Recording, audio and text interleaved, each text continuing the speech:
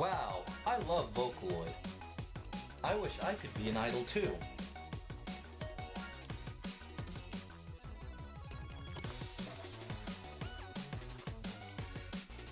Could this make me an idol too? Let's give it a shot. Project Mirai DX. Prologue. Background information. Hatsune Miku Project Mirai DX, or Deluxe, is a game based on the Vocaloid, and created by Sega and Krypton Media for the Nintendo 3DS. It is an updated version of the game Hatsune Miku Project Mirai 2, which is, as you may have guessed, the second game in the Project Mirai series, which is a spin-off of the popular Project Diva series. The Deluxe Edition, which adds a bit of new content, is the first and so far only entry in the series to receive a release outside of Japan. Both the Mirai and Project Diva series are rhythm games featuring the popular digital divas, the Vocaloids, which we'll discuss a bit more in depth shortly. Lastly of note, while the DX version of the game debuted in Japan in late 2013, it would take nearly 2 more years to see an international release. With that basic info in mind, let's fast forward to the actual review. Chapter 1. Story and Characters. Right out of the gate, the game itself doesn't feature any kind of story. It's not terribly surprising, given the nature of many rhythm games, but it's also not unheard of for story to be prevalent in rhythm games. It would have been nice to have some sort of story following the various Vocaloids in day-to-day adventures, but unfortunately there's nothing quite like that present here. Speaking of Vocaloids, I'll briefly explain them here. For those who aren't familiar with them, they're basically voice banks used to create synthesized music, each having a character associated with them, most famously Hatsune Miku. While the library of Vocaloids is ever growing, there are 6 of the main ones featured as main characters in this game: Miku, Len, Rin, Kaito, Meiko, and Luka, as well as Gumi, who occasionally appears as a backup singer and NPC. With that said, the term character is used in the loosest possible sense, as the various figures are more a face to the voice, having little to no real characterization beyond what musicians choose to give them. In this sense, they're like blank canvases to project personalities onto. While they each tend to fall into certain roles, it's ultimately up to viewer interpretation. Consequently, the game is rather lacking in terms of raw character, much as it is with story. Further, while the Vocaloids that are featured are among the most iconic, it's a shame that some others were left out. With that said, it's less a complaint and more of a wish, as realistically speaking they had to draw the line somewhere on how many characters to include, and the 6 they chose are probably the most iconic ones. Finally, while it's true that the songs themselves are ripe for analysis of themes and meaning, as well as the fact that they provide some indirect characterization for the idols, that isn't really something that's touched upon by the game itself, and as such, we'll be leaving those alone. Next, let's discuss the game's artistic direction. Chapter 2. Graphics and Audio. Firstly, we'll talk about the graphical presentation. As far as the characters go, they appear in the chibi Nendoroid toy style, and consequently they look too cute! This is a departure from the more realistic proportions used in the Project Diva games.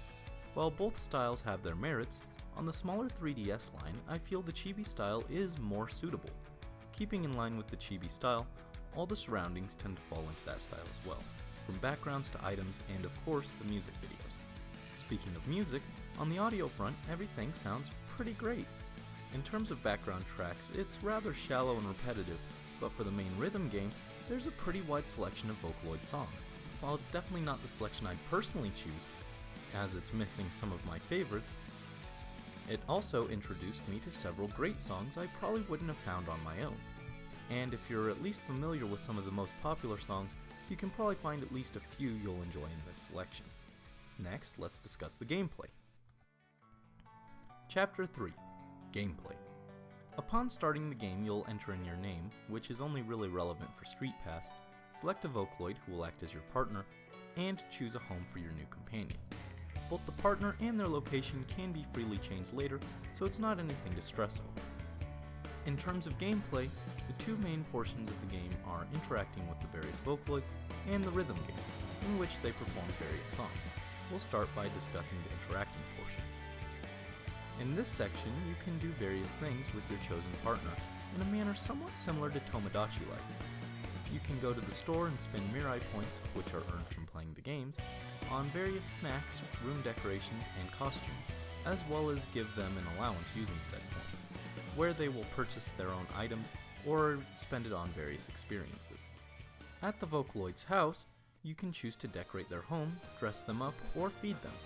They'll also occasionally interact with the items you place in the environment, and watching their reactions to those items and the various snacks you feed them is pretty adorable. Also, by feeding them and playing games with them, you can increase an invisible friendship meter. It's pretty useless outside of unlocking a costume and getting some achievements, but still gives you a goal to work towards. Finally, as I mentioned earlier, there are some games you can play with your selected companion. The rhythm game is the main game, and starts with a very limited selection of songs, which expands as you complete them. Each song can be played in one of two modes, tap and button. Tap utilizes the 3DS touchscreen, while button, you guessed it, uses the buttons. Personally, I find tap mode to be a bit easier, as there are less things to tap than there are buttons to press. Regardless, the objective is to enter the commands in time with the prompts on screen. Standard stuff for a rhythm game. Additionally, based on the difficulty, you may have to perform tasks such as holding the command, spinning the circle pad, or entering and holding two buttons at the same time. This all helps to make things a little less repetitive and adds more challenge to later levels. Your proficiency in inputting the commands is graded as you go, with each input getting a grade. The grading system is in order of best to worst: cool, fine, safe, sad, and miss. Cool and fine will keep your combo going, enabling you to earn more points, while anything safe or below will break the combo and jeopardize your score. With that said, my major conflict with this is that safe should mean safe. If it broke my combo, it isn't really safe, now is it? Anyway, getting and of course misses make the life bar on the bottom screen deplete and can result in the game over. It starts out easy enough that even I can get through normal mode without even trying, but it changes its tune once you reach hard mode. For some of the songs, calling it hard is an understatement to say the least. While it's not so much a problem of this game in particular, but a critique on the genre itself, on occasion inputs can be too close together, cluttering the screen, and you can miss not because you didn't know what you were doing, but because the game didn't do a good job of conveying the brief moment when you were supposed to do it. I understand why it happens, but that doesn't make it better. Each song has a certain character or characters, in the case of duets, associated with it, but a variety of songs can be unlocked to be sung by other characters through multiple playings of that song. The selection of songs with this feature and who can sing them tends to be rather limited. I guess they had to have some restrictions, or else I'd just solo the game with Len. He's just too OP. Finally, a major complaint is that the songs do not have English subtitles. Obviously, being Japanese songs, they are performed in that language. Romanchi subtitles appear on the bottom screen. However, there isn't any option to change it to English. Given this is an English release, not being able to tell what the song is about is pretty bad.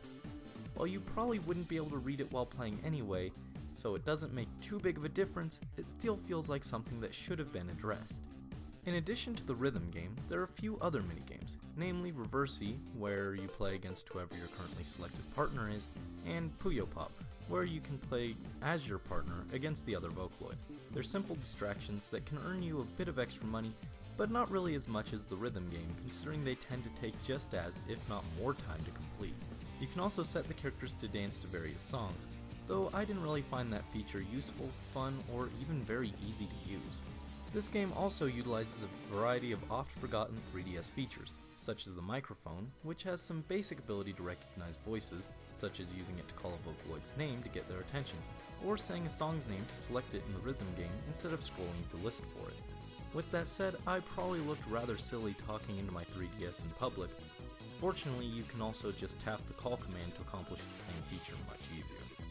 Another feature is that you can utilize play coins to purchase upgrades and challenges for the rhythm game. Not terribly useful, but it's there. Lastly, you can go to the AR studio to use the AR cards, which are included with the game, and allows you to scan the cards to utilize 3DS's AR features to display the characters on the card on the top screen in augmented reality. To be honest, I forgot this was even a thing the 3DS could do. It's kind of cool, if not terribly useless to the actual gameplay. that wraps up the gameplay segment. So next, let's give a verdict. Final chapter, verdict. Project Mirai DX is a nifty little game. While by no means is it revolutionary, and it isn't necessarily something to binge on, it can serve a nice little distraction for an hour or two a day. Being able to interact with your favorite Vocaloid is great, assuming your favorite is one of the main 6. The graphics are super cute and the music selection is pretty neat, hitting a lot of great songs.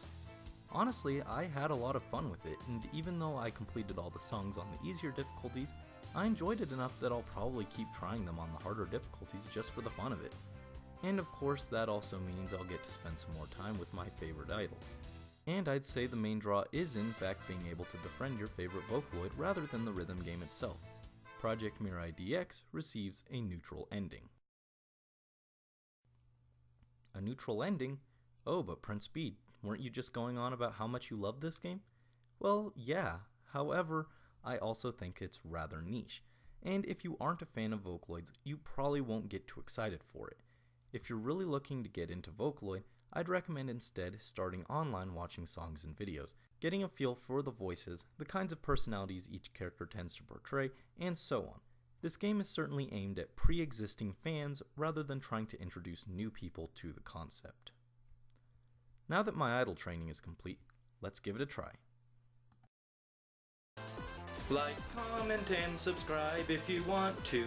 Please watch my videos. Blech. Being an idol's hard. I don't think I'm cut out for this.